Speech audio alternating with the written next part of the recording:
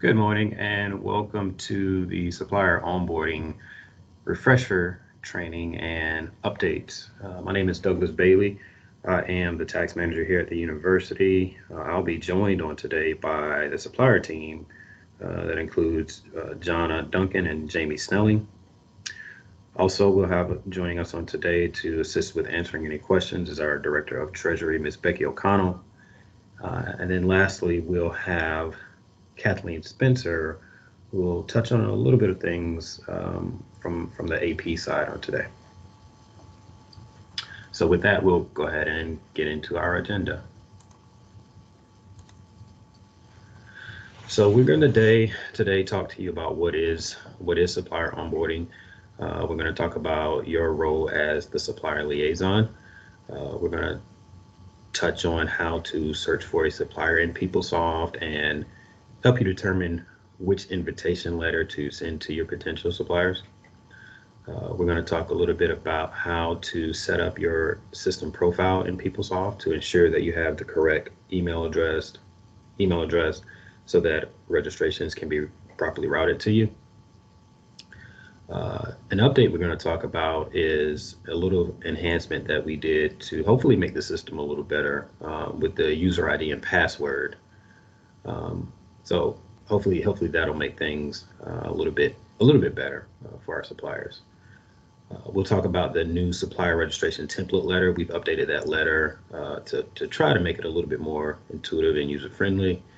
We'll talk about and show you some screenshots of the actual self-service portal, which will include the supplier onboarding forms, the registration form. We'll talk a little bit about approval workflow.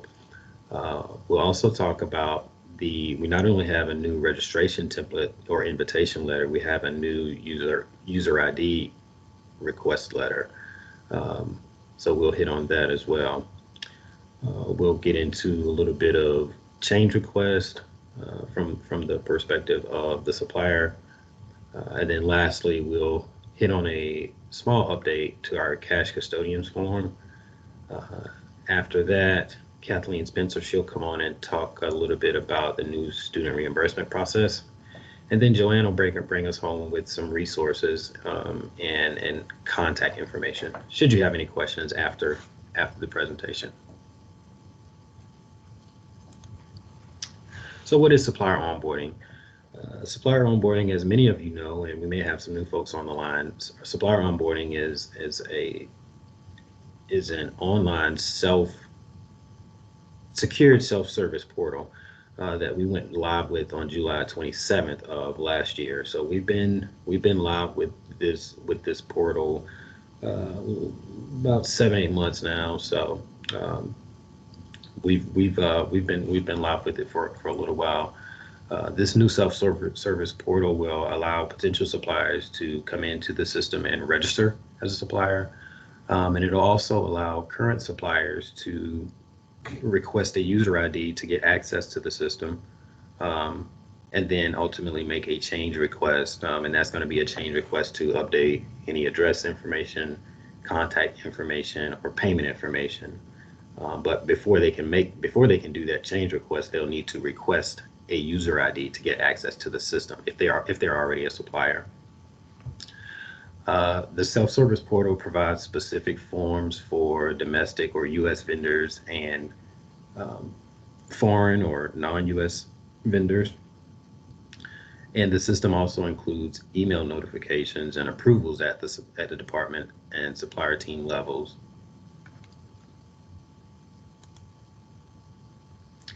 So your role as a supplier liaison, a couple things you'll be responsible for as the liaison. Number one will be to determine if a supplier is already in the system.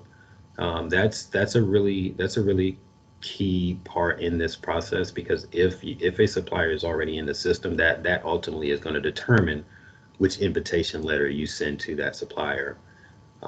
We will expand on that a little bit. We have seen a little bit of issue in that area, where we think there's some opportunity to clean it up if we can kind of expand on getting that part right, and that, is that supplier in the system, to help us get the correct invitation letter out. You also be responsible for sending that invitation letter in an email invitation to your potential and current suppliers. Uh, for the registration, for the new registrations, not the change request or user ID request, but for any new registration suppliers that are not currently in the system, you will be responsible for being the first level of approval on those new registrations. And that's basically you telling us, yes, this is, yes, supplier team, this is an individual or a business that I intend to do business with. So you'll be the first level of approval. Once you either approve or deny that, the second level of approval will be the supplier team, and we'll look at things and analyze things from a completeness standpoint. You'll also be responsible for being familiar with the registration and change request forms. And then lastly, you'll be the first level of contact for all initial supplier setup and their questions. We've got a one-page job aid that we're gonna go through a little bit, but we're also gonna send this job aid out after this presentation, and that one-page job aid is also posted on our website. Um, that document is we think it's a really good one-page document to kind of help you through all situations when it comes to answering any questions that your suppliers may have. So searching for a supplier in PeopleSoft. So this is the first half of that one page job aid that I just spoke of. So the first thing you'll want to do is check to see if your supplier is in PeopleSoft. If your supplier is in the system, like I said, that's gonna determine which invitation letter you'll send to your supplier. So what you'll want to do is you'll want to navigate to review suppliers from PeopleSoft. From main menu, you want to navigate to suppliers, supplier information, add, update, and review suppliers. And from this screen, you'll want to do a search either on your supplier's name or on your supplier's ID type, which could be a tax identification, a social security number for individuals, or an FEIN for a business. Once you search on either name or ID type, and you hit search, if you get any results back, what you'll want to do is you'll want to kind of analyze this to determine, is this truly the supplier that I'm wanting to use. If it is, then what you'll want to do is you'll want to come here to this supplier status column and see if they are approved or inactive. If they are approved, then your supplier is in the system, and what you need to do is you'll need to send them the user ID request the user ID request invitation letter so that they can request a user ID to get access to the system. If that supplier is in the system but inactive, what will need to happen is they'll actually need to send an updated W-9, send their updated W-9 to us at the AP Suppler mailbox. Send us that updated W-9 so that we can reactivate them in the system. And then once they're reactivated, you can then send them the invitation letter to request a user ID, so that they can ultimately go in and perform the change request that they need to perform. Now, if your supplier doesn't show up at all in this list after searching on either name or ID type, then what that tells you is your supplier is not actually in the system, and you will need to send the registration template letter. That's going to be for any suppliers that are not currently in the system at all. You'll need to send the invitation letter. So again, this is going to be the first half of that one-page job aid that we're going to send out after this presentation, but it's also on our website. This will be the first half of that one-page job aid, showing you how to determine if your supplier is in PeopleSoft.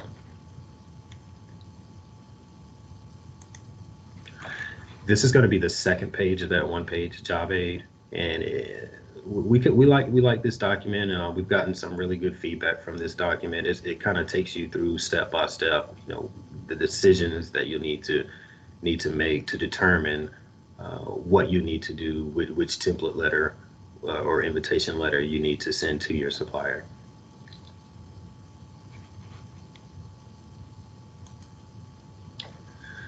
So my system profile you'll want to ensure that you have the correct email address in PeopleSoft. So as we stated earlier, for any suppliers that are not currently in the system, they will need to register as a new supplier. Part of your responsibility as a liaison will be to either approve or deny that registration. In order to do that, you've got to ensure that you have the correct email address in PeopleSoft so that that can route to you for approval. This is going to be the email address that your supplier will use as they're completing their registration.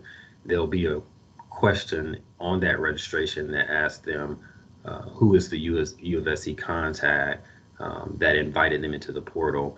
That's where they're going to provide your email address, and that's the email address that you'll want to ensure you have set up in your profile.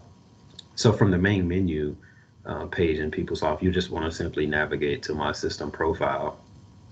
You want to ensure that both email user and work lists are checked.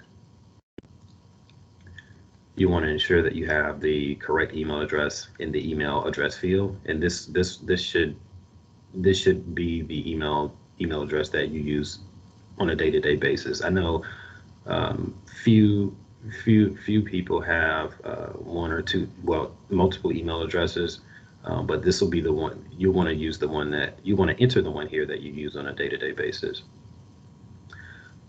Once you get that in, you'll just want to hit save, and your profile is updated.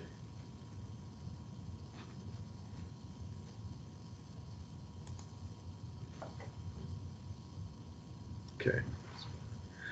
So we have updated our supplier registration invitation letter.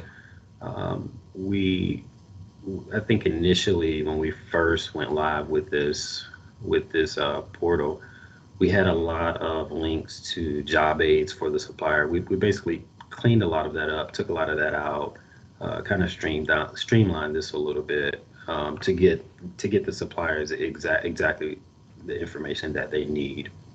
So as we stated, we'll be sending this out after the presentation as well.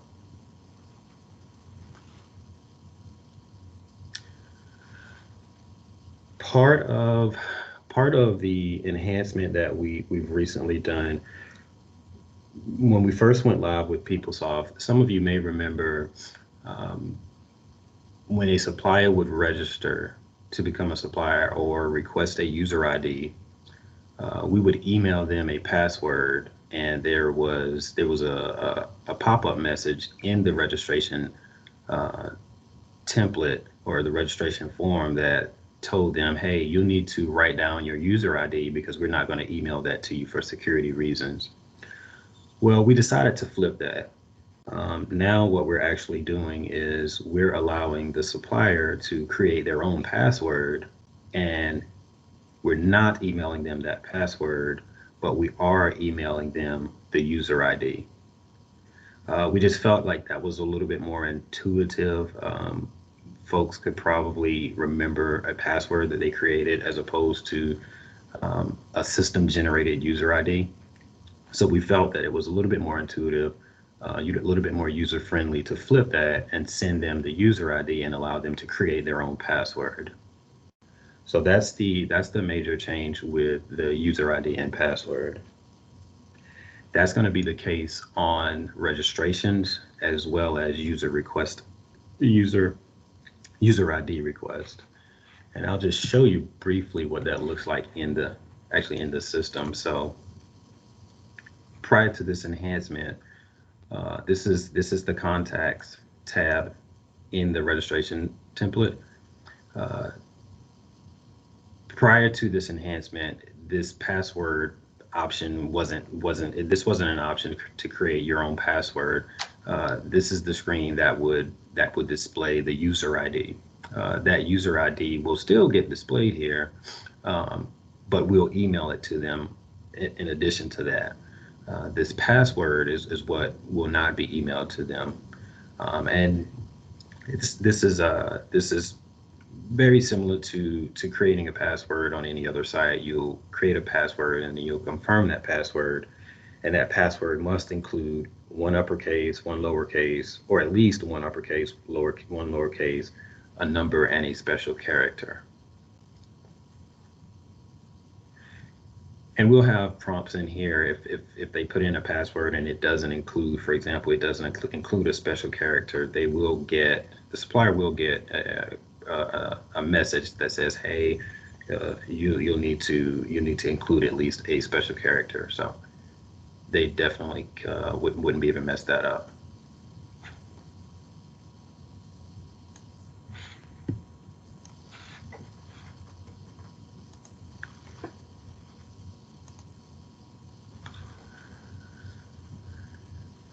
So this is what the supplier onboarding portal will look like once the supplier launches the portal from that invitation letter. In that invitation letter, there is a link that says click here to launch the portal. Once they click on that link, it'll bring them to this landing page. If they're not a supplier, they'll want to click here on this user registration tile, and that's one of the things that we cleaned up a little bit in the invitation letter. Once they land here, where exactly do they go?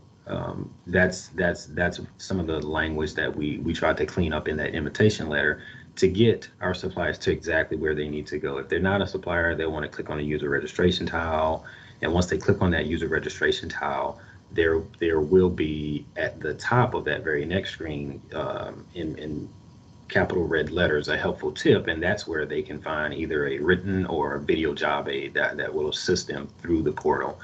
Want to point that out because we get a lot of questions from suppliers from time to time asking for help, but we just want to make sure that the liaisons are aware that those written and video job aids are available in the portal.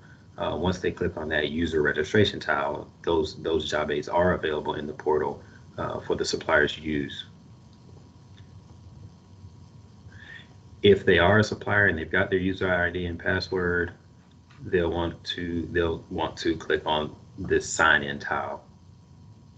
And from that sign in tile, they can go in and manage and update their profile. I just want to pause here for a second, Joanne. Do we have any questions at this point? So actually, Jonna is answering them along the way, but you want me to read them out for you so everybody can hear them? Yeah, we can take a few of them. All right. So Tracy asked, how will we know when the updated W-9 is entered to trigger the second notice to the supplier?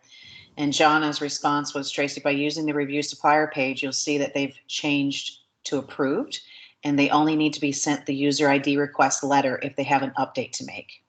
Right. And the next question was, is there a reminder to us to look for the updated status? If there are multiple, we could lose track. And Jonna's response is, Tracy, no, we do dozens of updates daily and cannot send reminders. Reapprovals run one to 2 business days out from when the updated W-9 is submitted to us. And Tracy's response was, I thought PeopleSoft might send an automated notice like they do for the match exceptions, just a thought. And Jonna's response, unfortunately, no, that is not something the system is set up to do.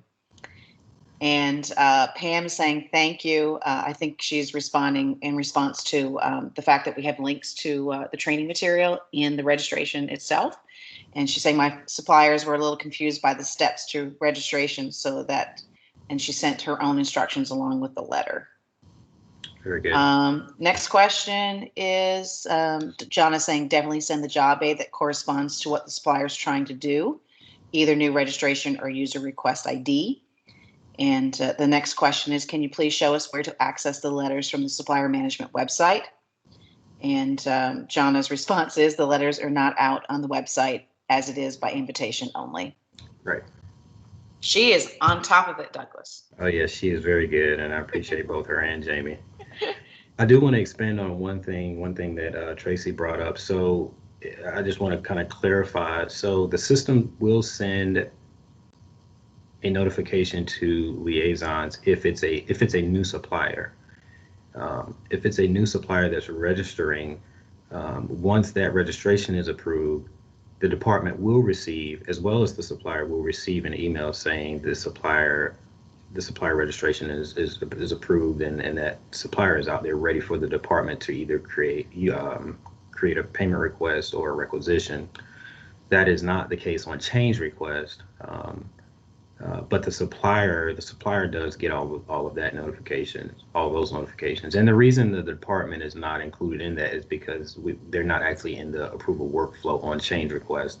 That's only an exchange between the supplier team and the supplier. So we're okay to move forward, Tony? You're good to go forward. All right. So the supplier registration form, again, we updated that language in the invitation letter. I think we said earlier in the invitation letter, in the registration invitation letter, we're telling the supplier to click on that user registration tile. Once they click on that user registration tile, it'll bring them to the user registration tile. And from here, we're telling them to click on either the domestic or international supplier request. Once they click on either the domestic or international register now, it'll then bring them to that welcome page that'll include the helpful tips in the capital red letters, where they can view either a video or written job aid.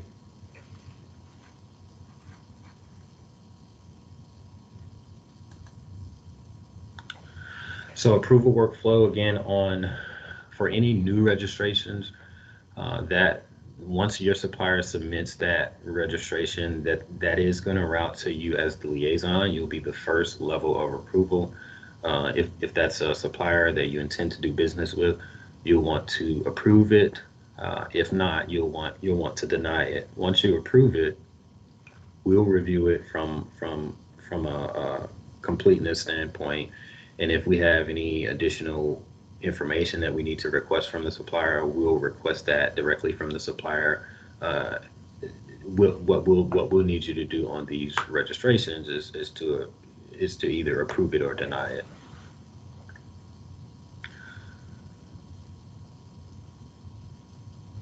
User ID request, you as the liaison, you'll not be involved in that process either. That'll be just like the change request. That'll be an exchange between the supplier team and the supplier.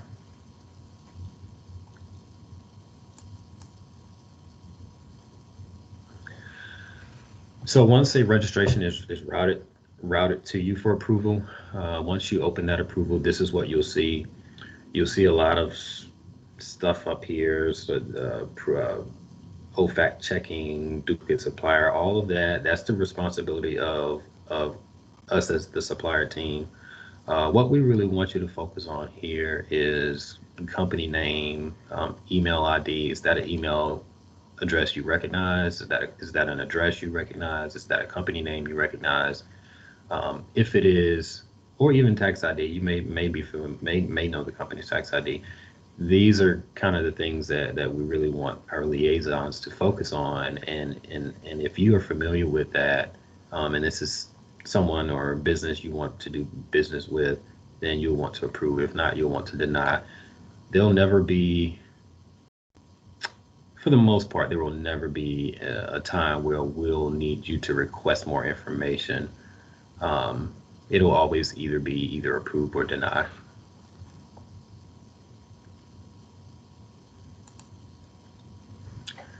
So this is the second invitation letter. So we talked first about the registration invitation letter, and now we're going to talk about the new user ID request invitation letter. This is going to be for any suppliers that are currently a supplier in the system and they need access to the system. How do we get them access? Well, we get them access by granting them a user ID, and then creating a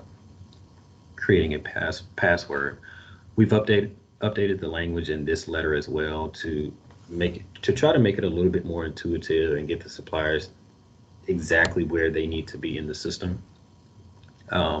It's still a little bit high level. I do understand that we have some departments that's got special group or case of people, and we're looking right now at creating job aids specifically for those departments.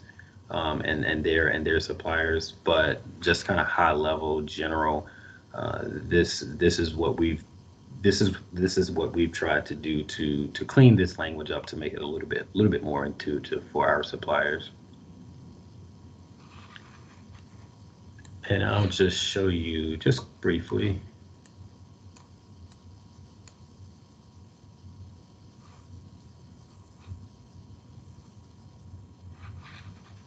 Or maybe not. Let's see if I can get it going here. Okay, here we go.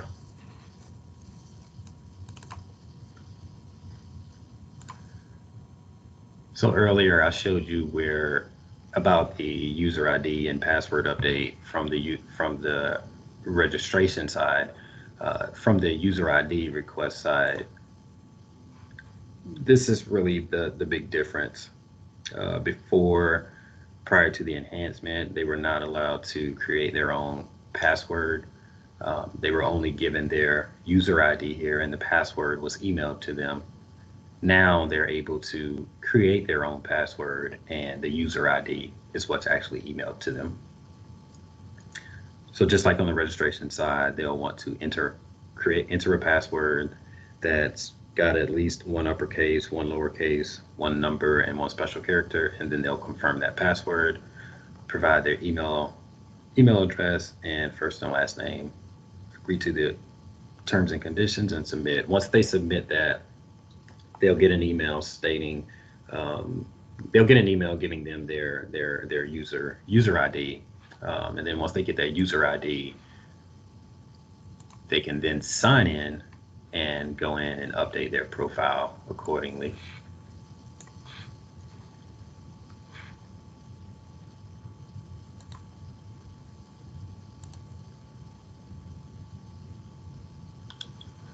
So again, this is just a screenshot of from the user registration tile, the options to request a user ID as either a domestic supplier, which are going to be our US suppliers, and international suppliers, which are going to be our non-US suppliers.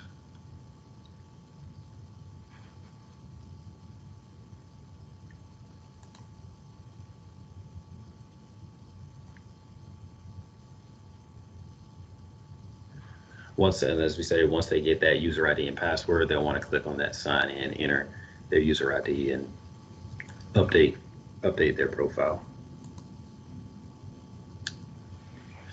Once they're logged in and they're ready to do their change request, if they are a domestic supplier, they'll want to click on the domestic change request. We did have an enhancement. We did have an enhancement put in a few months ago, I believe it was. So if a domestic supplier came in here to do a change request and they clicked on the international change request button for whatever reason, we did have an enhancement put in place to notify them that, hey, you're a domestic supplier, so you'll need to click on the domestic change request, and vice versa. If it's an international supplier that comes in here to do a change request, and for whatever reason they choose the domestic change request button, they'll get a message telling them to choose the international. So we're trying our best to point them in the right direction.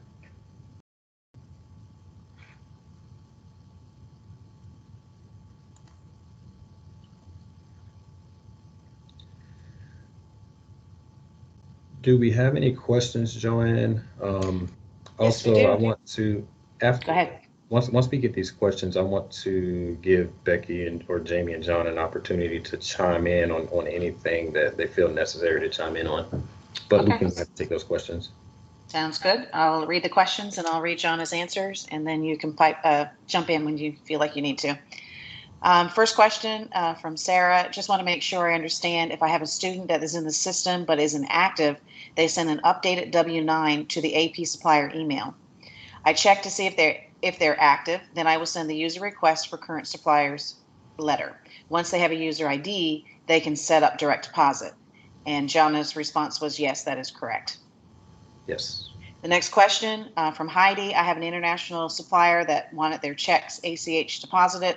I did not see where an international supplier had the option to do so. And Jana's response is international suppliers cannot sign up for ACH. They can fill out a wire form that you can submit with the payment request. And Heidi was asking where that can be found. And Jana said she was going to send her the link for the form. Very good. Renee was asking if a supplier is only used once a year, will they become inactive and have to continually send an updated W-9 each year, or is it the inactive time frame, or is the inactive time frame longer than a year? And Jana's response is the timeline is generally 18 months. Yes. Next question, just to confirm, after a liaison approves a supplier registration, communication only occurs between the supplier management team and the supplier. For example, if I approved it on the department level, but the supplier did not upload a signed W-9, the supplier would receive a correspondence from the supplier management team, correct? And Jana's response is, that is correct. Then once approved, you will get notification. Yes. Next question, can the password rules be placed next to the area where you generate a password? Why make them generate one only to be notified? It doesn't meet the requirements. And not sure that was really. That is something that we can definitely take back to our tech team. They would have to design that for us, but that is something that we could definitely take back to our tech team. Okay. It is, if you click the question mark there, it gives you that information, but I guess they're asking if it can be seen right there on that page. Right. I think you're right, Joanne. I think it is in the question mark, but not everybody knows to click on that question mark. Yeah. But that's something we could take back. Absolutely. Did I miss a question from? So there was, just to clarify, if a supplier isn't active, will a payment request not be able to be submitted? If a supplier is inactive? Yes, and that is correct. Yeah, I believe that's true. Yeah. Yes. And next, I had a new supplier a couple of weeks ago say she completed the form, but I never received an email to approve, confirm anything. I also cannot find her in PeopleSoft. Did she most likely leave out a step of the registration process? I would say to that, if you could email us at the AP Supplier mailbox with that supplier, we could look into that one for you. Yeah, and John is saying, and I was just going to say this as well, she either didn't submit or entered a different supplier liaison's email address. Yeah. It's probably a hang up somewhere there. I will say, so we say we get these approved. Our kind of internal process is to get them approved. All registrations approved within 1 to 2 business days. But the team, they're very good. It typically doesn't take that long, but that's kind of our internal process. So if it's outside of that 1 to 2 business days, there's probably some additional information that we're waiting on from the supplier, or some hang up somewhere. So. Okay. Next question is, if the inactive time frame is 18 months, is that automatic even if we use them once a year? I'm sorry, can you repeat that question, Joanne? Yes, I can. If the inactive time frame is 18 months, is that automatic even if we use them once a year? So are they inactive automatically after 18 months, no matter if they've been used or not? No, we that's actually a process that we run. Currently, it's a manual process that we run every 18 months. So that's not an automatic process currently. But it is done for all suppliers after 18 months? Yes. Got it. Okay. And so I guess that's just because you want to make sure that you have current paperwork on file. Right. Okay. Next question. Pam Hall is saying, I contacted AP Supplier and they fixed it within minutes. So she's saying that you guys are extremely responsive. So that's great. All right. That's the last question we have come in right now. I'm sure we'll get more as you guys continue talking. Okay. This is Becky, if I can just jump in. Good morning, everybody. So many people on the webinar. That's great. We're glad you're here. I think I've said on previous webinars, we're continually trying to listen to your feedback and make things better, more intuitive, and we continue to meet weekly. So hang in there with us. I think we're proud of our product and we continue to make it better. all the time. I did want to just expound a little bit on the question about international ACH. That's the reason they cannot do that is because of banking regulations. There's a lot of extra addenda that has to be sent with an international ACH payment, and we are not set up to do that. So even if they tell us they have a U.S. bank, we still cannot send that by ACH, because the rule is if we have any reason to think that that money may end up internationally, then we cannot send it by ACH. But we process wires. We actually do that in-house as well. So that's an option for those international suppliers to receive payment electronically. The only other thing I was thinking when you were, Douglas, when you were talking about the inactive supply, making the suppliers inactive, it is done. It's a manual process that we do approximately every 18 months. But if there's been any activity, and that means, a payment request, a PO, anything like that, the system will not inactivate it. So if you use that supplier once a year, that shouldn't be a problem. Is that correct? Is that your understanding too, Douglas? Yes, that's Okay. it. Okay. All right. I don't know if Jamie and Jonna have anything. I cannot compete with Jonna, man. She is just, she is on a roll. So I don't know if she's got anything else to add, but you can tell that these, Jonna and Jamie and Douglas, of course, as well, have tremendous expertise in this area, and they work great as a team and are appreciated. Thank you, Becky. It doesn't sound like doesn't sound like Jamie or John need to chime in at all. So I'm gonna wrap it up here with the cash custodian form. So the big takeaway here is we've updated this form to now include student travel advance. Prior to that, it was just cash advance, petty cash, and change fund for employees. But we've opened this up just a tad for student travel advance. But outside of that, everything else is still the same. We'll want to ensure that a U of SC mailing address is used when we're filling out the form. We'll want to select the type of custodian, and we'll only want to complete only for petty cash and change fund custodians. We'll only want to complete this section with the chart field for petty cash and change fund custodians.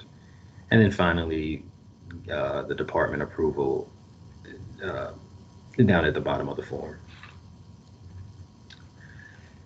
That is all that we have. Do we have any final thoughts, questions before we turn it over to Kathleen? None right now. All right. Well, we appreciate y'all's partnership. We look forward to continuing to make the product better. If you ever have any questions, suggestions, reach out to us. We do take those into consideration. So we appreciate y'all's partnership, and we look forward to continue working with y'all. I'll turn it over to Kathleen. Thanks, Douglas. Good morning. I'm Kathleen Spencer, and I'm the Accounts Payable Manager here at the university. I'm going to talk a little bit about our new student reimbursement process. So if you have a student who is not an employee, this will no longer be run through supplier setup, so they will not need to set up and have a supplier ID. Instead, we're using the new student reimbursement form, and that form can be found on the controller's website under Accounts Payable. So you'll use this form and you'll attach the required backup documents, and it will be sent to Accounts Payable through the upload mailbox. And that mailbox is apupload@mailbox.sc.edu. Once we receive these and look at the backup and all, it will be processed as a single pay supplier. So that's how we are handling student non-employees now. Just to note, if it's a reportable expense like a stipend or a fellowship, those students are still required to use the supplier onboarding and also to receive a supplier ID. These requests will be done through payment request and not through the new form, but just as they have always been, they'll be submitted through a payment request. And then last, for student employees, this process hasn't changed. So if there is a student employee who needs a reimbursement for the work they do at the university, that will be handled through the travel and expense module. So if there aren't any questions, we'll take a look at the form. We do have a question. Okay. Will student conference registration stay with AP Upload when the travel ban is lifted, or will it move back to the travel office? So travel will go through the travel office if it is not an online or virtual conference.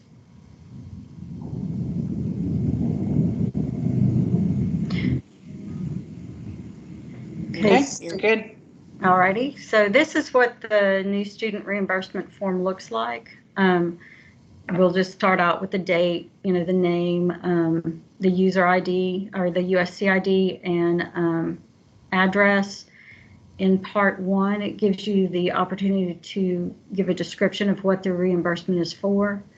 And then we'll move down to the next part, which is a summary. So in the summary, you can use this, if it has the same chart field information, you can combine expenses in this section on the form. Now, we're combining here, but as far as the backup documentation, we're still going to need you to have the detailed expenses and also the proof of payment. And then in the next section, we need a department contact and how to get a hold of them. And then lastly, we'll need the department signature and the date. So that's how we're handling the student reimbursements now. And again, I'm happy to take any questions. So Sandy asked, this reimbursement form does not apply to student travel, correct? And Kathy Blackburn responded back and said, yes, that is correct. Yes, that is correct. So that is our portion. Obviously, we're always happy to answer any questions that you have if you contact us at ap@mailbox.sc.edu. We can help you with the form. We can help you with any questions about how to handle any of these things. And I think we are going to give it back to Douglas to go over some of the resources. Yeah, I'll pick it up. Kathleen. Thank you. So where do you find resources? We updated our website, I believe it was over the summer, to provide some additional resources, but from the Controller's Office website, if you navigate to Supplier and Tax Management, we've got a section for supplier management, tax management, and webinars and training, of which this training will be available, I believe, correct me if I'm wrong, Jan, by the end of the week on the website? Oh, absolutely. Probably by the end of, it'll be there Monday morning for sure. Okay. So yes, this training will be available on the website under webinars and training. But supplier management, we've got, as we stated earlier, we've got job aids actually in the portal from that welcome page where they will see helpful tip. But we also have job aids, both written and video job aids, on the Controller's Office website under supplier management. We've got supplier liaison FAQs. We've got the one-page job aid. We've got that out here for the supplier liaisons. The only thing that's not going to be out here are the invitation letters. And again, I think Jonna said this earlier. This is invitation only, so that's the reason that we're not putting that on the public page. That's invitation only. That's going to be the only thing that's not out here. But as far as job aids and for suppliers and liaisons, we've got all that on the Controller's Office website. And Douglas, this is Becky again. If you'll go back just that one slide, the wire transfer form, if you is under the international supplier information, I believe. Anyway, not on this slide, but if you go out to that website. Right. So.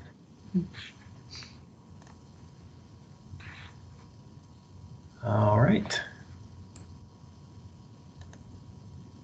Any more questions, Joanne? No more questions right now. Okie dokie. I will turn it over to Joanne to bring us home. Thanks, Douglas. So as Douglas was saying, if you have any questions, if you think of something once we end this webinar this morning, just email them to apsupplier@mailbox.sc.edu, and they will be sure to get back with you with those answers. So we don't have any more questions, so we're going to sign off. So thank you so much for joining us today, and everybody have a great rest of your day.